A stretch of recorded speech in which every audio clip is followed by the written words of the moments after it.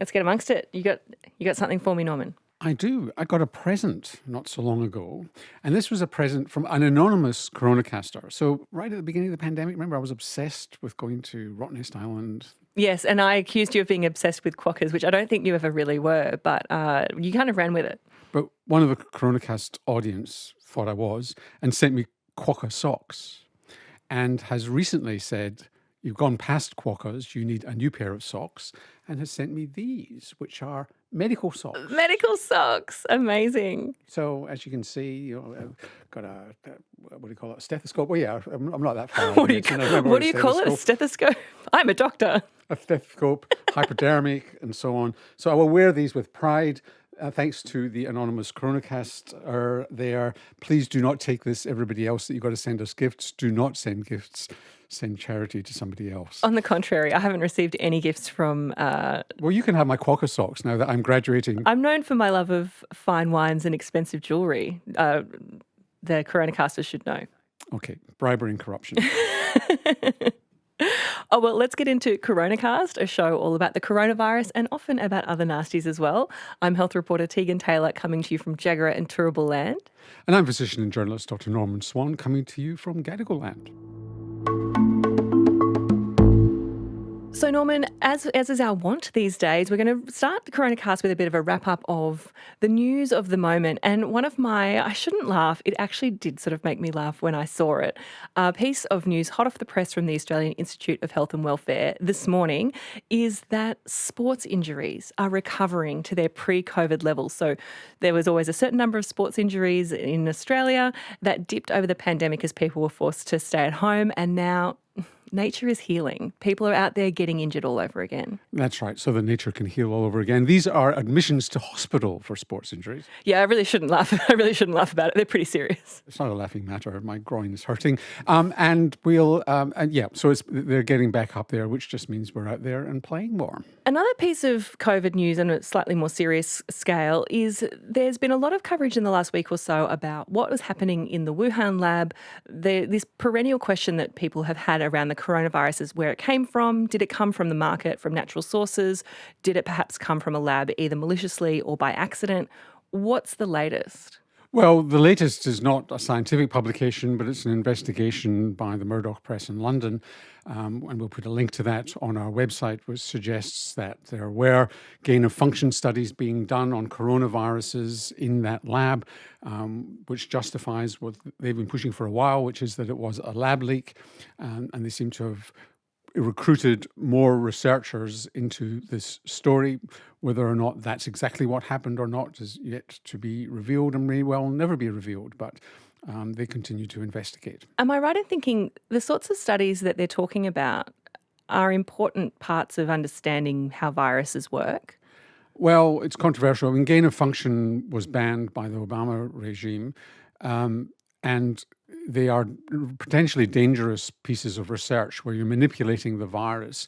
And what presumably they were trying to do originally was find out if they pulled a virus from the environment, was it a pandemic virus, and what was the genetic signature of a pandemic virus, so they knew whether to be worried about it. The allegation in this article was that it got caught up in bioweapons research. I suspect we'll just never know here. Yeah, it's one of those ones, we've talked about it a bunch of times. We've talked to people like Rhino McIntyre about the way that these could be, even if it wasn't this time, it is something that could happen at some stage. We've also spoken to people like Eddie Holmes, who have been to the Wuhan markets and saw what they thought was the origin story. Like you say, we probably never know. No, the balance is probably still with the markets, but next time it could be a manipulated virus, particularly with CRISPR technology, which is genetic editing, which makes it very easy and very cheap to manipulate viruses. So there is a serious biosecurity threat from labs, whether they be in China or elsewhere, or illicit labs run by terrorist organisations. This is not a fantasy. And into some happier news, a couple of people who were real heroes of ours during the pandemic have been honoured with the King's Birthday Awards, which was earlier this week. Anthony McCarley and Juliet O'Brien. And if you don't recognise those names, you will definitely recognise the websites that they ran, covidlive.com.au, and Juliet's website, covid19data.com.au. Yes, and we relied on them pretty heavily. I relied on them for the 7:30 reports that we we did. Often those data were far more complete than the data we were getting from government. And people like Anthony and Juliet, or Anthony and Juliet in particular, I don't know how much sleep they got, but it wasn't very much. And they were always ready to help with additional data and additional analyses. The ABC did a great job as well, but they were not being paid for what they were doing. And now Juliet is moving on to climate data in a similar vein. Yep, another pressing threat facing humanity. And another familiar face during the pandemic, especially for Victorians, but kind of for all of us, was Brett Sutton, who was the Chief Health Officer for Victoria, who's now moved to the CSIRO. Yep, to be Head of Health and Biosecurity. So the peanut boy moves on. Many a bedspread was printed in his honour. Yeah, did an amazing job during COVID. And so, Norman, onto some meatier topics. And I want to talk about something we've spoken a lot about in the last few weeks, really throughout the whole pandemic, is long COVID, this real pressing problem that we have. People have COVID, it's bad, it can be deadly when you have it in the acute phase, but then also there's this huge burden of disease from people with prolonged symptoms. Some people are unable to work, and there's a real kind of push on to find out what causes it and how we can prevent it. And one study has really caught both of our eyes this week, and it's quite tantalising because it uses a really common diabetes drug and seems to have found some promising results for using that to prevent long COVID. Now, would you believe there is a diabetes drug which is not Ozempic? Oh. And so this is a very old drug, a very cheap drug, out of patent, easy to use and very safe. It's called metformin. Just a bit of background here. This is a randomized trial conducted in the United States where they were trying to compare metformin, ivermectin, and a drug called fluvoxamine, which is an SSRI, like one of these antidepressant type drugs, although it's used for obsessive compulsive disorder. Anyway, they were comparing these initially to look at their ability to prevent severe disease in COVID. And this was a study done before, just as vaccination was coming in. And before we had any of the antiviral drugs that have come on now since. That's absolutely right. What the initial was called the primary outcome, which was published in the New England Journal of Medicine, what that showed was that ivermectin and fluvoxamine had no effect on preventing severe disease, whereas metformin did. It reduced the risk of severe disease by about 40%, which is quite a lot and certainly statistically significant. A secondary outcome that they were looking for, and following this group of people through for a year or so, was whether or not these drugs had any effect. It was a 14-day course, whether they had any effect on the incidence of long COVID. And what they found was, in brief, was that ivermectin and fluvoxamine had no effect on the incidence of long COVID, whereas metformin reduced the risk of long COVID by about the same amount, in fact, about 40%. That's a lot. It was quite significant. So people who didn't have metformin were up at a rate of about 10% getting long COVID, and it was around about 6% for people who were on metformin. By the way, an additional finding in this study was that people who had booster vaccines had only about a 1% chance of getting long COVID. So vaccines did, that wasn't the purpose of the study, did have an effect. So this drug, which is also being used for anti-aging, anti-cancer, seems to have a lot of different potential effects, seems to have an effect on COVID. Now, if you go back to the origins of metformin, it was once used as an anti-influenza drug. And it does have antiviral effects. And it's likely this was an antiviral effect. And they were given metformin within a few days of developing a positive test and symptoms. So what could this mean for COVID treatment nowadays, given that so as you said, this was done before we had things like the antivirals that we were talking about last week, Paxlovid, molnupiravir. Is it still relevant now that we have purpose-built drugs? The other potential cause of the reduction in long COVID with metformin is that it does reduce inflammation in the body and settle down something called oxidative stress, which is why people use it as an anti-aging agent. Whether it works for that is another matter. But people are talking about using it with Paxlovid. And whether you prevent the rebound that we've talked about on CORONACAST before with Paxlovid, with metformin, and that's yet to be proven. But they could work together. There is a potential interaction, whereas if you're taking metformin for reducing your blood sugar in diabetes, because it is a diabetes drug, Paxlovid, for the time you're on Paxlovid, may reduce its effectiveness in reducing blood sugar.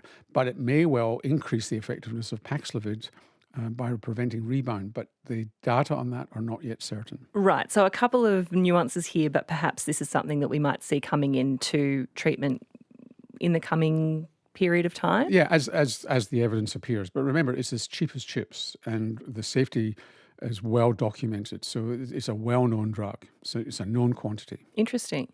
So we need to revisit something that we talked about last week, which was about hospitalisation stats, and just set the record straight on a couple of things. Yeah, we were talking last week about how New South Wales data on hospitalizations were so much higher, in fact, than other jurisdictions, 3 times higher, 4 times higher in some instances.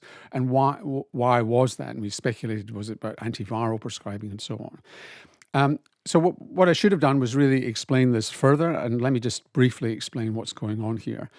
In this great federation of ours, we measure COVID cases differently. And amazingly, there was a glorious period of time where it was kind of similar between states, and now it's different. What happens in New South Wales is there's this data linkage between if you test positive on a rapid antigen test and you register that notification and you get admitted to hospital, irrespective of what the hospital does, that's tightly linked. So then it registers as a COVID admission. Now, you could have come in with a sports injury, for example, and have COVID, and that would register as a case. So it's people who come in with COVID or because of COVID. It gets a bit more complicated than that compared to other states. For example, other states, naughtily, probably, drop off their statistics after 2 weeks. So if you come in with COVID, you're in ICU being ventilated, and you're still in ICU after a couple of weeks, there are other jurisdictions where you will fall off the statistics, which is misleading in some ways in terms of the impact of COVID on our hospitals. The other issue is the extent to which, let's say somebody comes in with worsening heart failure or worsening chronic obstructive lung disease and they have COVID. Is the COVID causing the worsening, or is it the worsening that would have happened anyway? And that's a matter of judgment.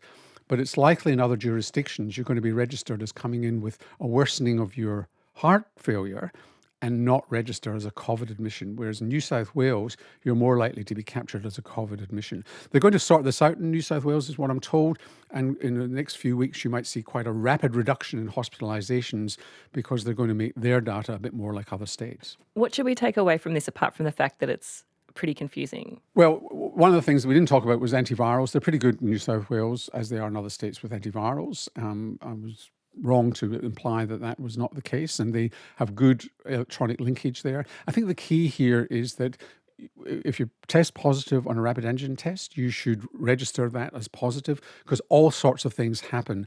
Notifications can go through to your GP or to Health Direct.